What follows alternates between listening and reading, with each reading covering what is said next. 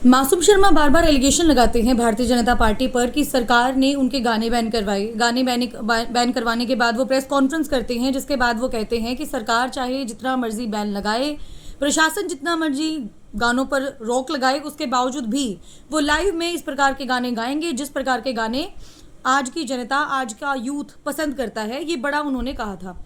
अब चर्चा का विषय मासूम शर्मा इन दिनों बने हुए हैं, क्योंकि आपको पता है कि दिल्ली यूनिवर्सिटी में इलेक्शन चल रहे हैं, वो भी दिल्ली यूनिवर्सिटी के प्रेसिडेंट के, जिसको लेकर मासूम शर्मा जो एबीवीपी यानी कि जो भारतीय जनता पार्टी का स्टूडेंट ऑर्गेनाइजेशन है एबीवीपी, उसकी कैंपेनिंग में आर्यन मान का साथ देने के लिए दिल्ली यूनिवर्सिटी जाते हैं। जाने के बाद जनता उनके पीछे इकट्ठी होती है, यूथ उनके साथ इकट्ठा होता है।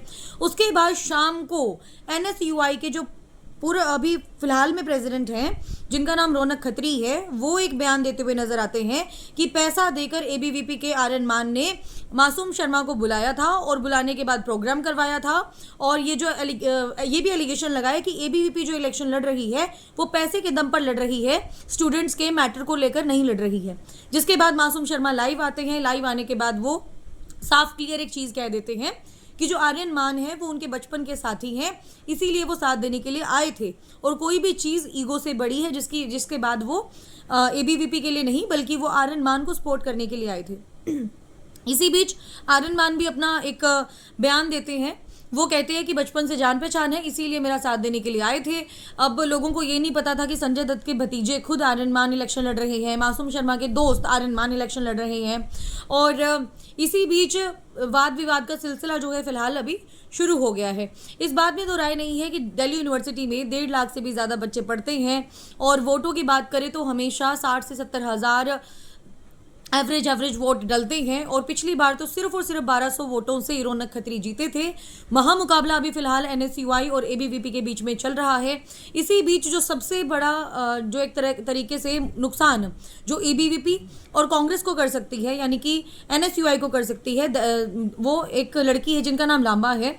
और क्योंकि वो पहले एनएसयूआई के लिए काम करती थी और एनएसयूआई के साथ काम करने के इतने साल के चलते भी उनको टिकट नहीं मिली, जिसकी वजह से वो हताश हो गई। हताश होने के बाद उन्होंने अलग से जो है अब इलेक्शन लड़ना शुरू कर दिया।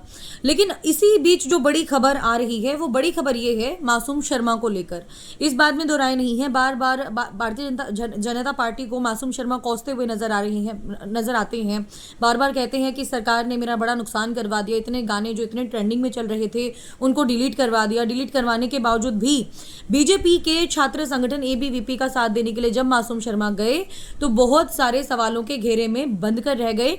लेकिन अब बड़ी खबर यही है कि महामुकाबला चल रहा है, कौन जीतेगा कौन नहीं जीतेगा ये बड़ी बात है। लेकिन कल तक जो है वोटिंग भी हो जाएगी, वोटिंग होने के बाद रिजल्ट भी आ जाएंगे। आज सोशल मीडिया का ज़माना है और सोशल मीडिया के माध्यम से जो स्टूडेंट्स ऑर्गेनाइजेशन से जुड़े हुए जितने भी लोग हैं पूरा दमखम लगाए हुए हैं ताकि जो उनके प्रिय कैंडिडेट हैं वो जीत सके। बाकी एक खबर देखने के बाद आपका क्या मानना है ये आप जरूर बताइएगा। और बीजेपी के छात्र संगठन एबीवीपी का साथ देना, वो भी मासूम शर्मा का, इसको आप किस प्रकार से देखते हैं ये भी बताना मत भूलिएगा।